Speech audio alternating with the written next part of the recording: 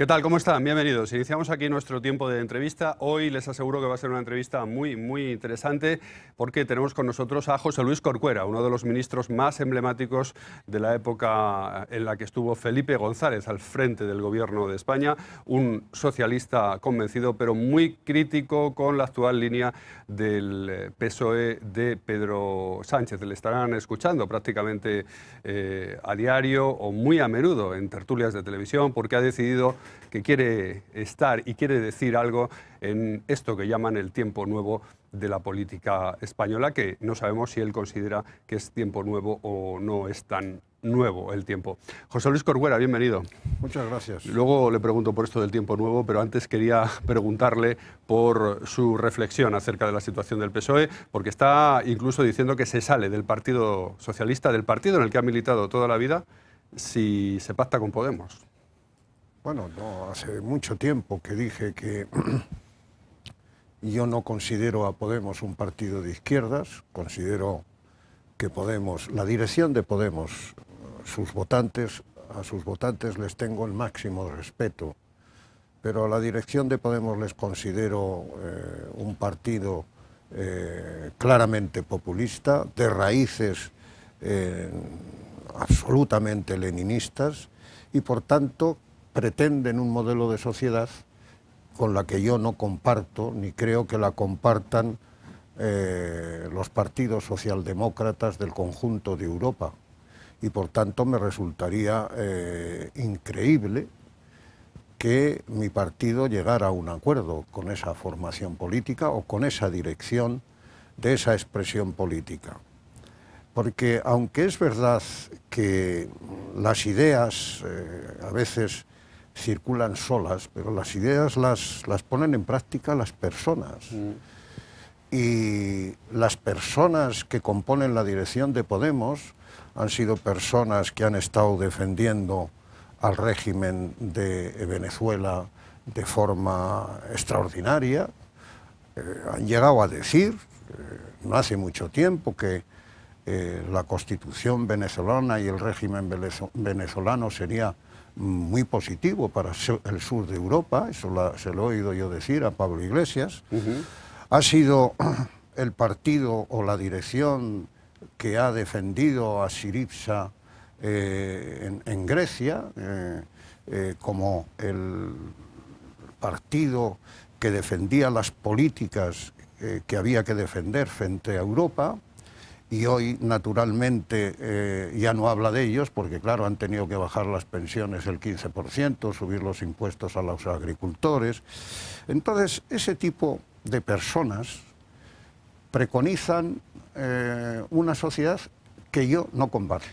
Podemos es chavismo, es la sucursal del chavismo en España, pero vamos a ver, ¿cómo puede ser entonces que Pedro Sánchez, que al principio se presentaba como un representante moderado del Partido Socialista, más moderado que Eduardo Madina, que era su contrincante en esas primarias que él ganó, cómo es posible que él esté ahora queriendo a toda costa llegar a un pacto con Podemos?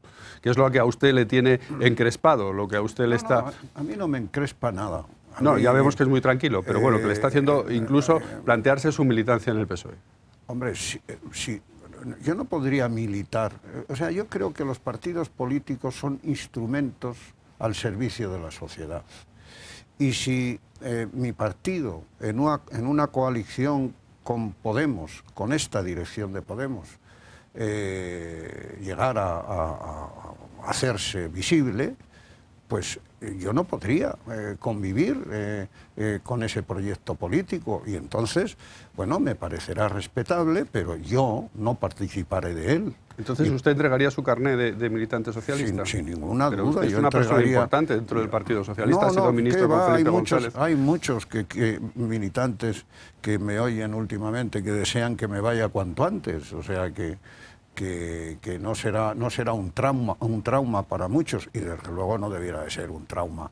Hay muchos más. Yo llevo muchos años en el partido, pero hay compañeros que discrepan de mi posición que llevan muchos más años que yo. Por tanto, yo no pretendo tener la razón, pretendo tener mi coherencia personal, y esa es mi coherencia personal. Yo cuando oigo que el secretario, el presidente, bueno, yo creo que es el macho alfa de Podemos. Prepara o le dice al secretario general del Partido Socialista que debiera dar gracias al destino por tener la posibilidad de ser presidente del gobierno, de un gobierno en el que él sería vicepresidente y los ministros serían proporcionales a los resultados electorales, pues me preocupa. Y negociar con quien hace esas afirmaciones, pues me preocupa todavía más. La semana pasada tuvieron ustedes conocidos como la vieja guardia del Partido Socialista, usted, Joaquín Leguina, personas que tuvieron una influencia muy importante en el Partido Socialista de Felipe González. Se reunieron en Madrid y adoptaron una postura común. Luego hicieron un manifiesto y creo que fue usted el que llevó ese manifiesto a la sede central del PSOE. Sí, efectivamente, ese fue el encargo que me hicieron mis compañeros. Son compañeros, o somos compañeros que nos reunimos en torno a 40, 37 creo que éramos. No lo hicimos más amplio pues porque no quisimos hacerlo, porque queríamos hacer una especie de carta a la dirección de nuestro partido, señalando aspectos que luego se oyeron en el Comité Federal, es decir, nos llaman vieja guardia, nos llaman felipistas, como si eso fuera un insulto. En fin, para mí es un honor que digan que me critiquen por admirar a Felipe González, o sea que no tenemos, en ese asunto no tenemos problemas. Pero nos reunimos allí gentes que habían ganado 6 elecciones seguidas en sus comunidades autónomas. Juan Carlos Rodríguez Ibarra, siempre que se ha presentado unas elecciones en Extremadura, las ha ganado hasta que se retiró de la política. Joaquín Leguina ha sido presidente de Madrid. Allí habíamos gente que yo diría que no hemos perdido nunca una elección. Había exministros. Gente que fue protagonista y gobernó en la época en la que al Partido Socialista le fue mejor. Bueno, yo la época de Felipe González. Yo creo que al Entonces Partido está perdiendo Socialista, de vista esa época ahora. El Partido Es que Socialista fue muy malo lo de Zapatero, quizá. Fue muy malo para el Partido Socialista. Que parece yo creo que hubo 2 épocas. Desde luego, en la época de gobiernos de Felipe González, España se transformó. Eso yo creo que no hay ninguna duda. Hoy lo reconocen incluso personajes de la derecha española. España no tiene hoy nada que ver con la España de 1978. Yo creo que la Constitución española y la transición española sirvió para recuperar la libertad y para recuperar otras muchas cosas en España. El bienestar, el respeto a los derechos, la extensión de la seguridad social a todo el mundo, por cierto, una seguridad social que es de las mejores del mundo, pública, temas de educación, temas de pensiones, es decir, los pilares de lo que es el estado de bienestar. Pero fue una desgracia la época de Rodríguez Zapatero para el Partido Socialista, que parece que todavía se sigue tributando a esa época. Yo creo que hay 2 épocas en el gobierno de Rodríguez Zapatero. Una primera y una segunda, de una crisis que negó, la de 2008, y que desgraciadamente, por muy buena voluntad que los gobiernos tengan cuando viene una crisis tan profunda como la que se ha tenido, pues se perdieron millones de puestos de trabajo, se perdieron algunos derechos, es decir, lo que suele ocurrir.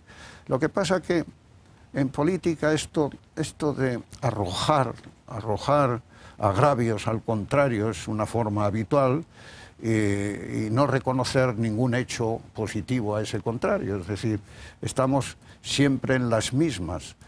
Cuando uno está gobernando se le arroja todo tipo de agravios que son los mismos que te arrojan a ti cuando tú estás gobernando. Pero bueno, tuvo que adelantar las elecciones, entre otras cosas porque las cosas no iban bien. Y el Partido Popular se hizo cargo del gobierno pues en una situación de crisis económica.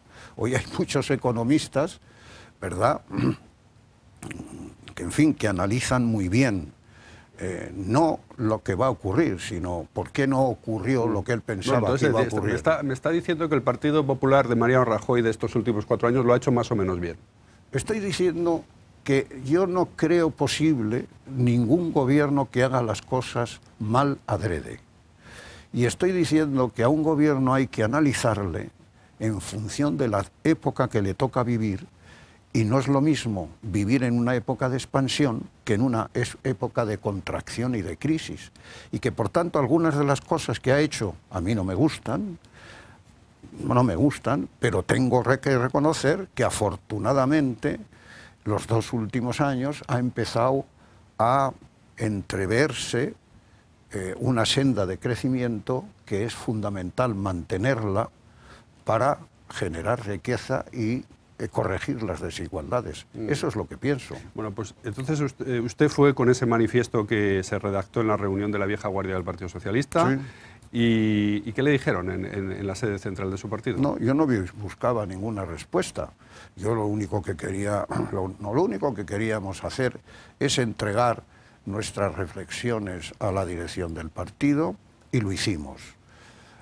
Ha habido quien ha dicho que no lo pude hacer, es rotundamente falso. Yo entregué ese documento a la coordinadora o al coordinador de la Secretaría de Organización, que era quien yo creía que lo tenía que tener, y naturalmente a quien siempre he pensado. En la historia del Partido Socialista, la presidencia del partido no es una figura histórica. Hace muchos años no había presidente en el Partido Socialista. Fue una figura que se instauró para que la ocuparan personas que estuvieran más allá de la discusión, llamemos partidaria, es decir, personas que representan valores importantes dentro del partido, como Ramón Rubial. Y entonces, pues yo siempre he tenido mucho respeto a las presidencias de mi partido. Y por tanto, una de las receptoras de ese documento fue la presidenta del Partido Socialista. Y a partir de ahí, nosotros, que yo sepa, no hemos hecho pública esas reflexiones, digamos el documento entero. ¿Han recibido alguna contestación de parte de la dirección no hemos del recibido, que yo sepa, no hemos recibido ninguna contestación. Bueno, y luego, tampoco la buscamos. Casi al mismo tiempo, Felipe González publicó una entrevista en el diario El País en esa misma semana, en la que se alertaba sobre la posibilidad de un pacto con Podemos, a los que calificaba como leninismo 3.0, dijo. 3.0, sí. Y parece como que todo estaba un poco, ¿no?, orquestado, ¿no? La reunión de la vieja guardia, la entrevista de Felipe González. ¿Habían hablado ustedes con Felipe González? ¿Usted tiene un trato habitual con Felipe González? ¿Había hablado de esa reunión con él? Mire, yo he hablado aquella semana, creo que hablé el lunes con él, pero no para hablar de estas cosas. Y la semana anterior hablé con él porque la viuda de un miembro de la UCD, no me importa decir su nombre, al que tanto Felipe González como José Luis Corcuera querían muchísimo, que se llamó Fernando Abril Martorell. Pues la viuda de Fernando Abril Martorell me llamó, me dijo una serie de cosas, y me sentí en la obligación de trasladarle a Felipe González las cosas que me había dicho Marisa. Y entonces le llamé y se las dije, y nada más, pero en absoluto estaba concertado. Lo cierto es que una buena parte de la reflexión que Felipe González hacía en sus declaraciones, como no podía ser de otra forma, las hacemos nosotros en ese documento. Es decir, en el documento que nosotros discutimos, decimos que no se hizo una buena lectura del resultado electoral que obtuvimos el 20 de diciembre, que hay un tratamiento respecto de Podemos que no compartimos, como no lo comparte Felipe González, que la dimensión de España tiene que estar entroncada en la dimensión europea y por tanto ser respetuosos con los acuerdos que el Reino de España tiene con Europa, y dábamos lo que creíamos que podía ser la solución a una crisis de gobernabilidad en España, por lo menos durante un tiempo, que es no impedir que uno u otro gobierne, que es lo que decía Felipe González. Felipe González decía que no sería conveniente que los dos grandes partidos todavía hoy en España impidieran que el otro gobernara, lo cual valía para el PP y valía para el PSOE. Por tanto, ¿Pero qué le parece ahora que Pedro Sánchez esté diciendo, después de haberse negado en rotundo a hablar, negado totalmente a hablar con el Partido Popular, que ahora esté diciendo que le gustaría tener un diálogo con el Partido Popular, en aras de buscar algún tipo de acuerdo que podría ser, por ejemplo, una abstención del Partido Popular, para llevar a cabo un pacto con Ciudadanos? Le he oído con matices. Si eso fuera cierto, yo no le he oído lo que usted acaba de decir. Le he oído que... Sí, ha dicho él que está abierto al diálogo con todo el mundo, también con el Partido Popular. Pero si está abierto al diálogo con todo el mundo, incluido el Partido Popular, pues en lo que dice ahora estoy de acuerdo y estoy en desacuerdo con lo que decía antes. Es decir, yo le oí ayer...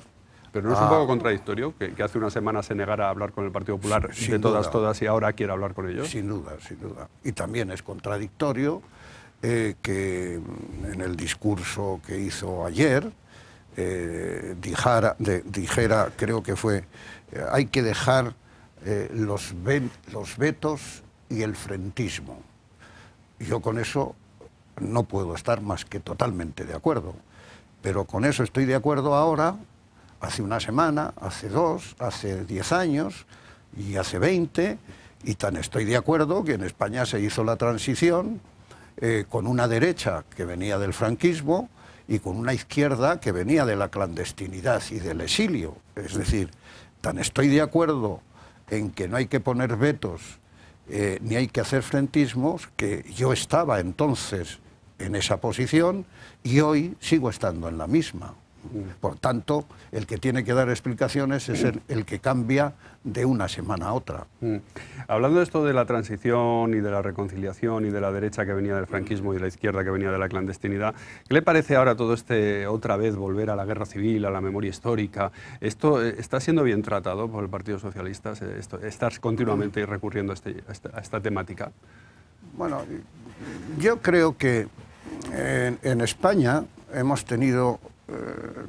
vamos a ver, el Partido Socialista es el partido que más tiempo ha gobernado desde el comienzo de la transición hasta nuestros días. Y en esos periodos de gobierno solo fue al final cuando el gobierno de Zapatero hizo una ley de memoria histórica con la que uno puede discrepar en algunas cosas, pero ahí está la ley.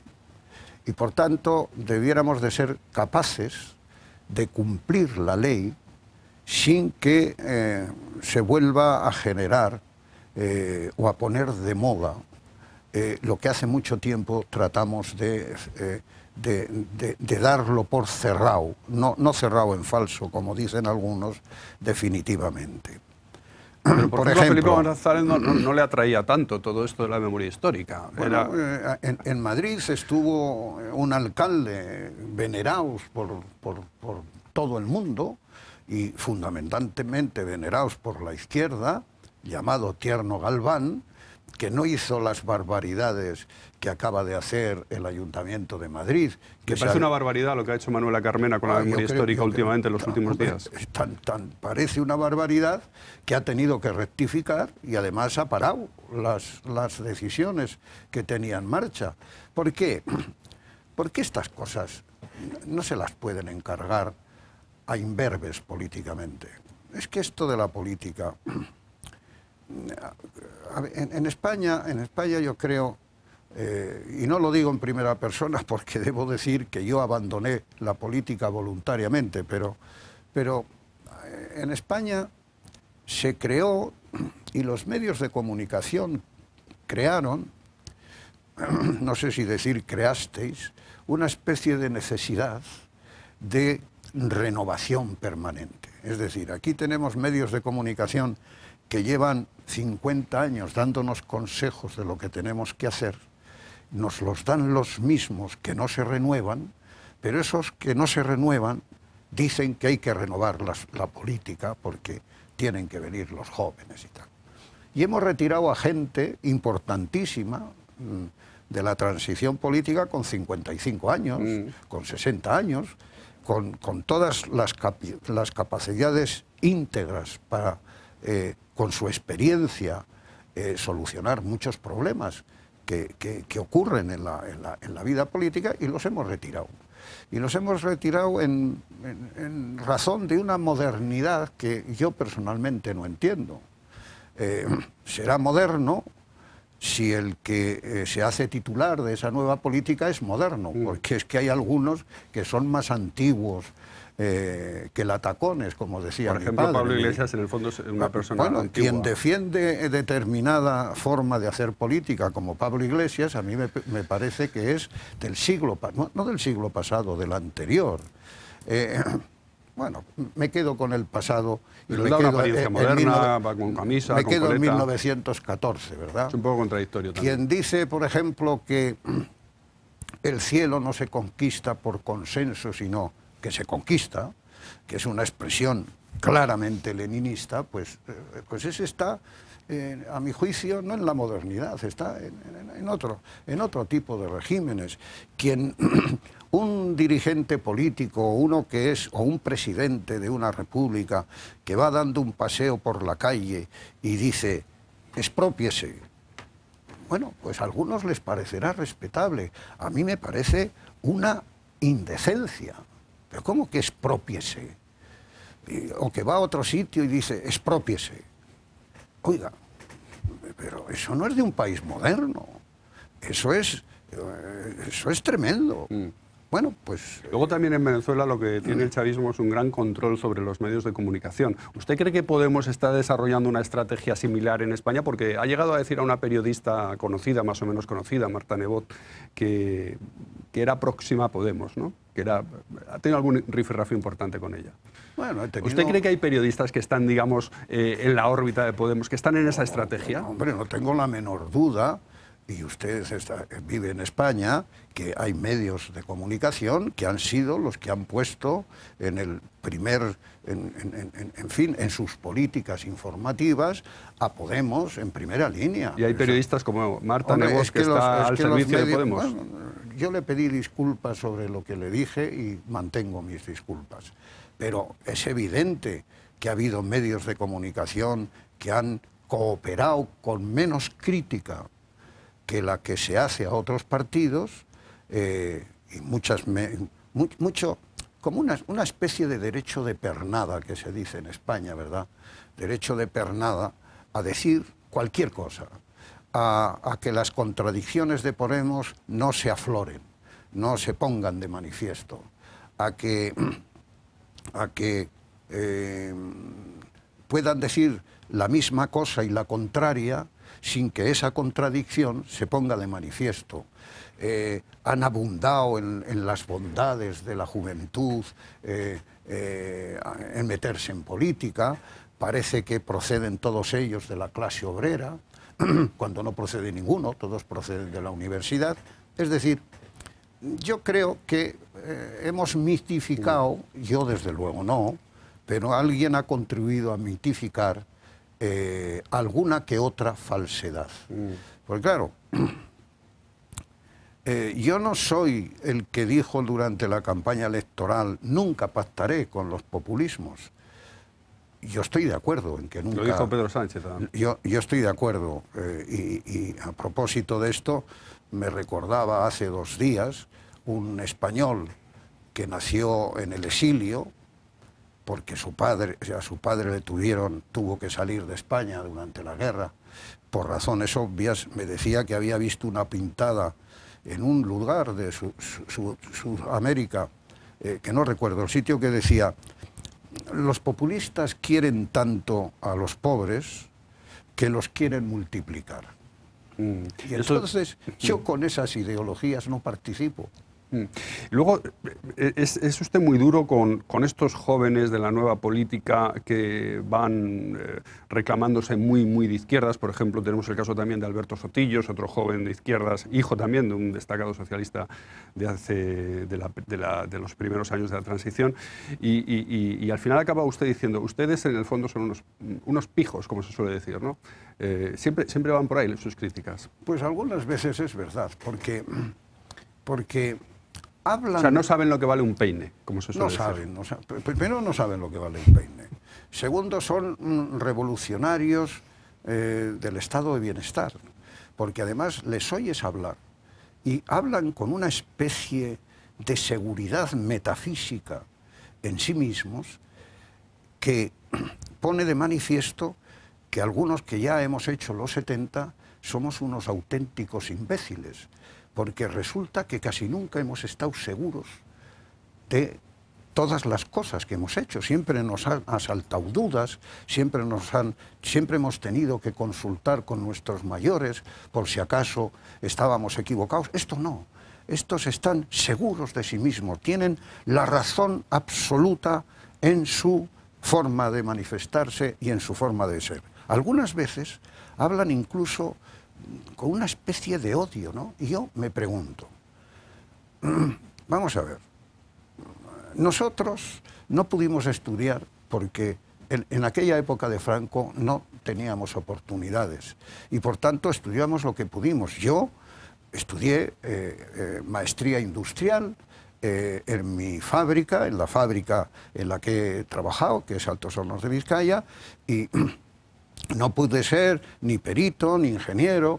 Entonces, estos han tenido todas las oportunidades. A mí me parece que me parieron en casa, con ayuda de una matrona. A todos estos les han parido en hospitales públicos. Han ido a guarderías probablemente públicas. Han ido a colegios públicos. Han estudiado la carrera en universidades públicas, con becas. Y la pregunta es, pero bueno, ¿y por qué está tan enfadado? Alberto Sotillos. No, Alberto Sotillos o cualquier otro, pero ¿por qué está tan enfadado? Y entonces, pienso yo, es que estos son revolucionarios que han vivido en la comodidad. Y entonces... Son revolucionarios de salón, como se suele decir, torean de salón. A usted que le gustan mucho los toros y que, por cierto, hizo una ley fundamental para el mundo de los toros, cuando fue ministro de Interior. Es verdad, en la que trataba de cuidar un poco a los animales que salían a la plaza, pero bueno, da igual. Bueno, pero que eran, le digo que sí, son revolucionarios de salón, como se suele decir cuando uno torea cinturón. Yo, a la izquierda del Partido Socialdemócrata, en aquellos tiempos, en la clandestinidad y en la transición, vi a mucha gente parecida a estos jóvenes que eran trotskistas de la Liga Comunista Revolucionaria, y yo a los líderes de aquellos movimientos, luego durante la transición les he visto colocados en sitios espléndidos. En sitios espléndidos. Han sido algunos miembros de administración, directores de empresas. Es decir, que esto de vivir acorde con lo que predica, es que es fundamental. Es que si no es una especie de cinismo que confunde a los ciudadanos. Y a los ciudadanos, además, hay que tratar de decirles la verdad. ¿Quién no puede estar de acuerdo? Yo estoy de acuerdo con el discurso que hizo el día que le encargó gobierno al secretario general del Partido Socialista. Pero la pregunta es, ¿quién no va a estar de acuerdo con todo lo que dijo? Si todo lo que dijo, ojalá fuera posible hacerlo. Lo que pasa que luego uno se tropieza con los inconvenientes de que muchas de las cosas que quisieras hacer no se pueden hacer. ¿Y por qué no se pueden hacer? Porque no tienes dinero para hacerlas. Porque no tienes dinero. Y nuestro país tiene un acuerdo que yo, por ejemplo, no suscribí porque no estaba en el Parlamento, pero mi secretario general sí suscribió porque era diputado, el artículo 135 que dice que en 2020 tenemos que tener déficit cero. Oiga, ¿y esto cómo se arregla? cambiando el 135, y si cambiamos el 135, ¿qué dirá Europa? ¿Nos llamará la atención? ¿No nos llamará la atención? Bueno, yo modelos como el portugués o el griego, no los quiero. No los quiero, no porque no me guste Portugal ni Grecia, que me encanta, no los quiero porque están intervenidos. Y cada cierto tiempo va la troika a esos lugares y les dice, tenéis que ajustar, lo que estáis haciendo no vale. Afortunadamente en España eso todavía no ha ocurrido. Por tanto, yo estoy... Le veo que, de todas formas, que es bastante pesimista sobre la posibilidad de que Pedro Sánchez llegue a ese pacto al que quiere llegar para ser investido presidente. Le veo escéptico, o sea, no lo ve muy factible. No veo. Yo no veo un acuerdo de un partido socialdemócrata con una dirección de Podemos como la que tiene en España. O sea, no me imagino ningún partido socialdemócrata en Europa, ninguno, que pueda alcanzar un acuerdo con una dirección como la de Podemos, que tiene un modelo de sociedad en la cabeza, con lo que no es compatible la socialdemocracia. Entonces usted podría seguir en el Partido Socialista, porque ha dicho que se va si pactan con Podemos. Si no me echan. Claro, y con Susana Díaz sería mejor, sería más socialdemócrata el Partido Socialista. Pues no lo sé. Yo no lo sé. Lo que sí puedo decir es que durante este fin de semana pasado ha ocurrido algo absolutamente denunciable, y es que se ha filtrado las cosas que dijeron los miembros del Comité Federal. De eso le quería preguntar en la reunión. Bueno, yo, aquellas cosas que allí oí, algunas que dijo, parece ser Susana, las vengo diciendo yo desde hace mucho tiempo. Sí, dijo que ya no ve una coalición con Podemos. Por ejemplo. Que no lo ve. Pero y dijo también que cuidado con ese triunfalismo, que el Partido Socialista consiguió el resultado más pésimo de su historia. Bueno, pues eso es lo que he dicho yo. O sea, dijo, después de las elecciones, la dirección del partido dijo que era un momento histórico. Bueno, histórico sí, porque era el peor resultado que ha obtenido el Partido Socialista. Entonces, esas cosas que dijo Susana, las vengo yo diciendo desde las elecciones. Otras muchas cosas que dijeron otros líderes del partido, las vengo yo diciendo desde hace mucho tiempo. ¿Qué es lo novedoso? Pues lo novedoso es que ha ido desapareciendo en los últimos años un espíritu de crítica en el interior del Partido Socialista que no era propio en la época de Felipe González. Felipe González, que era el líder más importante que ha tenido el socialismo español, yo diría que en decenios, tenía una contestación en el Comité Federal del 20 o del 25%. Y las discusiones en el interior del Comité Federal duraban 2 días. Para que luego digan que en aquella época lo que se hacía era lo que quería Felipe, pues y nada más. Duraban 2 días. Felipe tenía una contestación del 20%. No se podía hablar a favor de la Comisión Ejecutiva.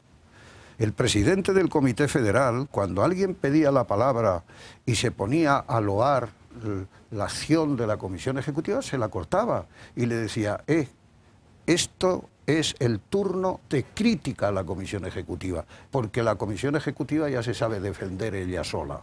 Eso era mi partido antes. Entonces, si alguien me dice que es más moderno lo de ahora que lo de entonces, pues yo discrepo. Yo creo que es más moderno y más actual lo de entonces que lo de ahora.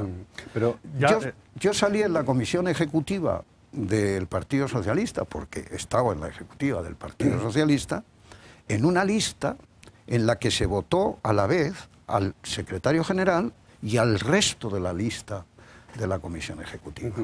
Y ahora, en cambio, se vota primero al líder, y luego se vota a la Comisión Ejecutiva. Y entonces, claro, el líder es un líder unipersonal que fomenta el yo majestático con el que a veces habla. Y me dicen, ¿eso es más moderno que lo de antes? Pues yo digo, no, yo creo que es más moderno lo de antes. Que la nueva política al final va a ser más vieja que la tana, ¿no? No, yo creo que la nueva política, esa nueva política nos va a llevar algún lugar que no quisiéramos. Y del Comité Federal, es que tenemos que ir acabando, ¿qué le pareció lo que salió de allí? Porque al final Pedro Sánchez dijo, bueno, metió su propuesta de que cualquier pacto lo refrenden los militantes. Le salió bien a Pedro Sánchez.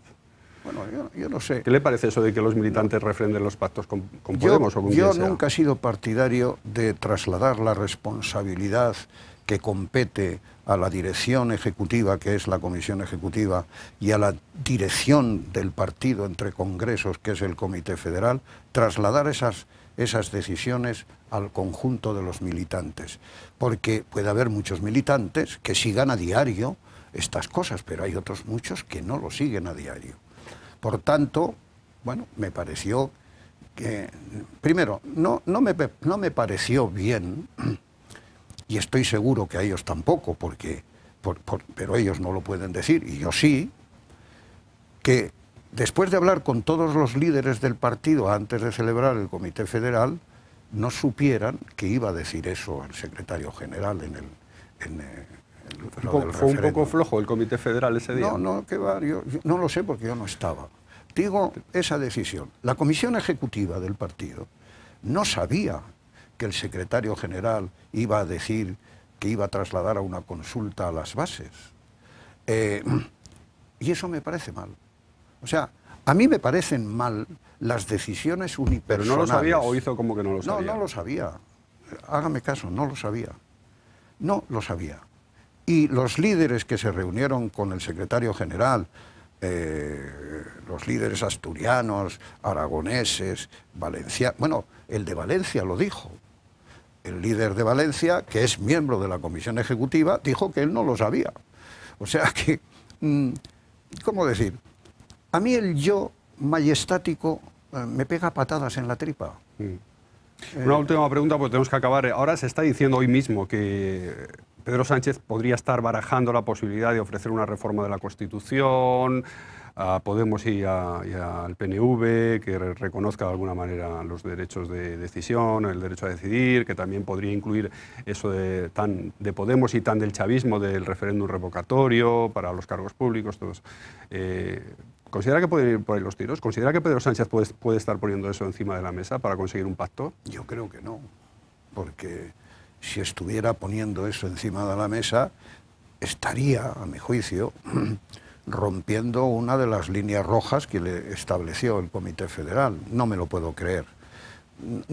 No creo que eso sea posible, que lo haga el secretario general del Partido Socialista, en este momento candidato a la presidencia del gobierno. Pero es que además, ofrecer cambios constitucionales que no se pueden llevar a la práctica es siempre una mala opción. Porque para cambiar la Constitución española, yo no sé si sabrán sus oyentes, que España solo ha tenido una Constitución votada por los españoles, que es la de 1978.